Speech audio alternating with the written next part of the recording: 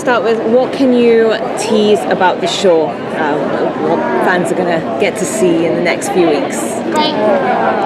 Well, there's going to be a ghost. A real one. A real ghost. There's going to be plenty of classic Nancy Drew Easter eggs, but completely new stories. There's going to be romance and adventure and suspense and thrills and a lot of grounded human emotion also. Yeah. And I think you're going to see the formation of the kind of superhero team that will become the Drew Crew. But when we meet them, they don't really know each other, don't necessarily like each other, and they all are coming from very different kind of walks of life and experiences. And it was important to us to create characters who were folks you would actually know, maybe folks you've been, but also folks who have a ways to go in their personal evolution from kind of like, I had this obstacle or I had this setback and I'm not where I want to be right now, and how does my brokenness make me part of this community? Why did you decide to take this supernatural take on Nancy Drew?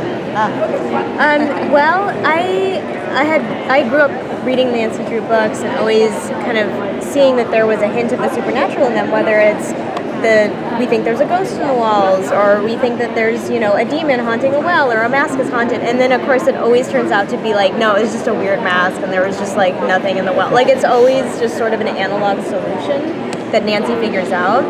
And I just thought, well, what if it's not? What if there's actually ghosts? And took it from there. I have a question for you, Melinda. With all the different iterations of Nancy Drew that are out there, what is the one thing that you try to do to stand out, to be something different from the others? Stand out. I would say actually we made Nancy a teenager, for one thing. It's kind of like some of the other iterations tried to make her a little more grown up than she is in the books. But we made her a very imperfect teenager because some of the iterations also made her kind of like she's got it all together and things always work out. And I think it's fascinating that we started Nancy in this place where she's just kind of like, this is so the opposite of where I wanted to be at this moment in my life, and I'm just like maintaining and just trying to get through this year, and then her life becomes about the things that happened to her because she's stuck, and so it's kind of like getting through that, I think, is going to be relatable to people. Oh yeah, I think a lot of teenagers feel that way. Yeah.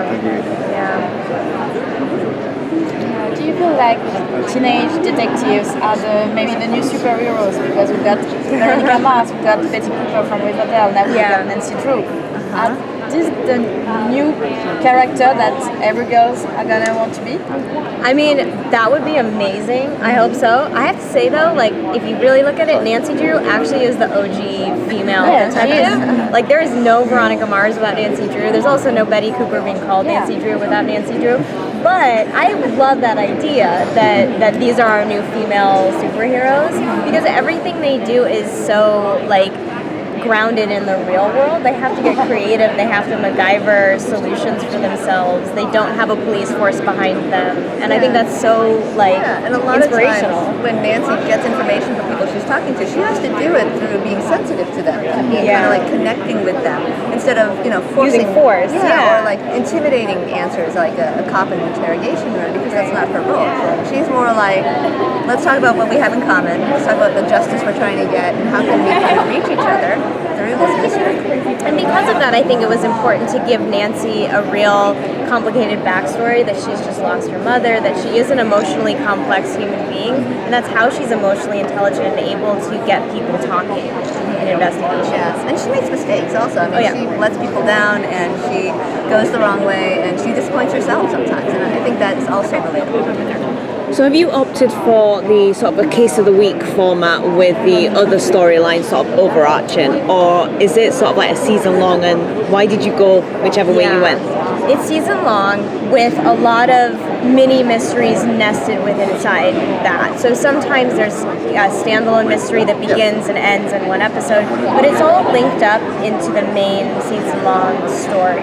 The reason why we did that is I think that's how people consume stories nowadays. Like, it's so much fun to binge watch, and something that's special about our show is all the episodes will be available on the CW app, so you can just sit there and binge the whole thing whenever you want. Right. And there are things that definitely lead right into one or the other, and they'll be like, oh, I saw that in the last episode, and now I see how it pays off in this episode, or I saw it 2 episodes ago, and now I get why they set it up like that. But it's also, you can drop in and feel like I had a bedtime story. Like, I've never watched Nancy Drew before, but I instantly understand she's accused of murder, this other thing went wrong, this is the mission this week, oh, they got it done, but this other thing happened. Oh no, I have to keep watching. Last question, please. we have an order for 13 now. We are, hopeful of more after that, but that's not for us to say. But, we plan for lots of different kinds of cases. 13 is binge worthy. Oh, yeah, thank you. Are you thinking of a Nancy verse or Drew verse? I don't know where Well- other childhood mystery classics might. Yes, Well phrased. we are. We shall see what happens. Yeah, But yeah. yes, there are certainly more characters out there waiting to. Our ambitions say yes, and our legal coverage says not yet. But we would love that. Yeah. Great. Thank you. Thank you. Thank you.